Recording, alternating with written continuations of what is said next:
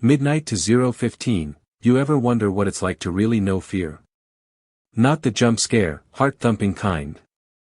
I'm talking about the cold, creeping dread that seeps into your bones, whispering promises of oblivion.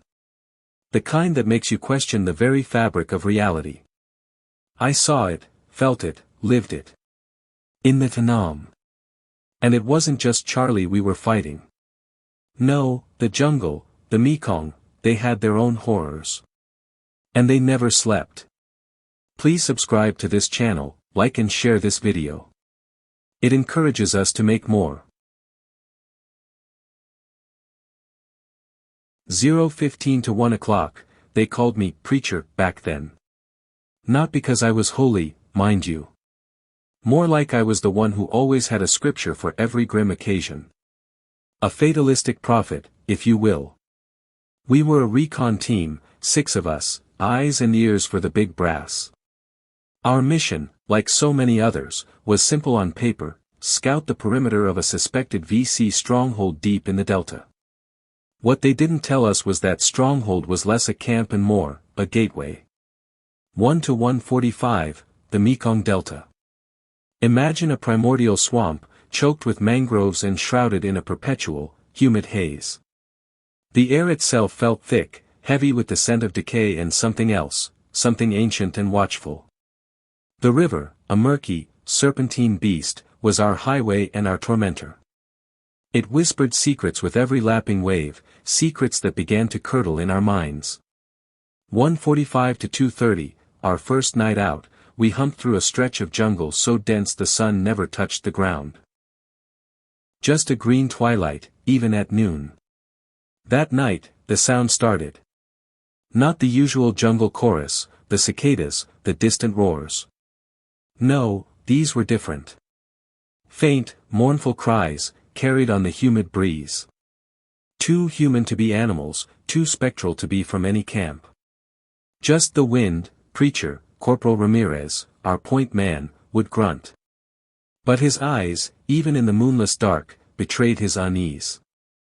2:30 to 3:15, days blurred into a monotonous cycle of slogging through mud, evading booby traps, and the endless, oppressive heat. But the sounds intensified. Sometimes it was chanting, low and guttural, just beneath the surface of the river. Other times, distorted voices, calling out names, names we knew. Names of men we'd lost. Sergeant Miller, a hard-bitten veteran who'd seen too much, started seeing things. Shadows that weren't there, movement in the periphery of his vision. He'd snap, demand we fire into empty foliage. We'd calm him, but the seed of unease was planted in all of us. 3:15 to 4 o'clock. Then came the rain. Not a gentle shower, but a biblical deluge that turned the jungle into a waterlogged nightmare. Later we found refuge in a dilapidated, abandoned temple. It was overgrown, crumbling, and reeked of mildew and something else, something metallic and sickly sweet. Inside, the air was still, heavy. Private Jackson, the youngest of us, a kid barely out of high school, pointed to a crumbling altar. "Looks like sacrifices, preacher." He was right. Dried bloodstains, ancient and dark, marred the stone. 4 to 4:45, that night, the whispers were no longer distant. They were right outside the temple, rustling through the leaves, pressing against the ancient stone. It sounded like a multitude, a hungry throng, their voices a cacophony of agony and yearning. We huddled, weapons drawn, but there was nothing to shoot at. The enemy wasn't flesh and blood. It was something formless, pervasive. 4:45 to 5:30, Ramirez, usually so stoic, began to crack.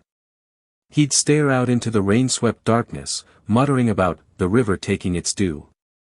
He'd seen a local once, a wise old man, warn them about a spirit in the Mekong, a hungry entity that demanded tribute. We dismissed it as local superstition. Now, with the rain hammering the roof and the whispers clawing at our sanity, it didn't seem so far-fetched. 6:15 to 7 o'clock, Miller, who'd been quiet for hours, suddenly screamed. He was pointing at Private Chen, our radio operator, who was trying to get a signal. He's one of them. Look at his eyes. Chen, pale and trembling, tried to protest, but Miller was beyond reason. We had to restrain him. The fear was a living thing in that temple, turning us against each other. 7 to 7:45, the next morning, the rain had stopped. The jungle was eerily quiet. Too quiet. We found Miller. He was gone. His weapon, his gear, everything. Just an empty space where he'd been sleeping. No tracks, no sign of a struggle. Just, gone. Ramirez was convinced the river had claimed him. It took him, preacher. It finally took its due. 7:45 to 8:30, we had to get out. The mission was secondary to our survival. We pushed hard, driven by a primal need to escape the suffocating presence. The whispers followed. 8:30 to 9:15, after a while, it began again. Private Jackson, the young one, started humming a lullaby. It was a sweet, innocent tune, completely out of place in that hellscape. Then we watched, horrified, as he slowly, deliberately, walked into the deepest part of the swamp, sinking without a sound. 9:15 to 10 o'clock, only 3 of us left. Ramirez, Chen, and me. The Mekong was wider here, a vast, brown expanse. We tried to cross. The current was strong, pulling at us. And then, from the depths, a new sound emerged. A guttural, sucking noise, like something ancient and immense was stirring beneath the surface. The water around us began to churn. 10 to 10:45, Ramirez panicked. He scrambled onto a half-submerged log, screaming for us to follow. But the log wasn't stable. It began to sink, slowly, deliberately. And then, he saw it. I saw it too. Just for a second. A massive, pallid form, vaguely serpentine, coiling just beneath the surface, its eyes, they weren't eyes. They were pits of endless void. 10:45 to 11:30, Ramirez let out a blood-curdling scream, not of pain, but of pure, unadulterated terror. He thrashed, trying to break free, but the thing had him. It pulled him down, slowly, agonizingly, until only his frantic hand remained, clawing at the air, before it too, vanished beneath the swirling murk. The last sound was the water settling, as if nothing had ever been there. 11:30 to 12:15, Chen and I were frozen. We didn't speak, didn't even breathe.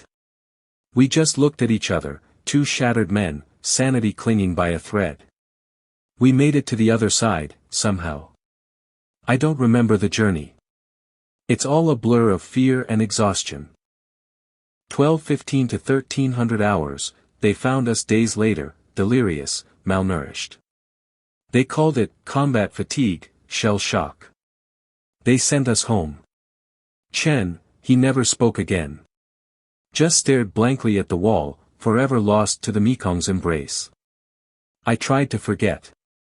Tried to pretend it was just the jungle playing tricks, the heat, the lack of sleep. 13 to 13:45, but sometimes, in the dead of night, when the house is quiet and the wind howls, I hear them. The whispers. The mournful cries.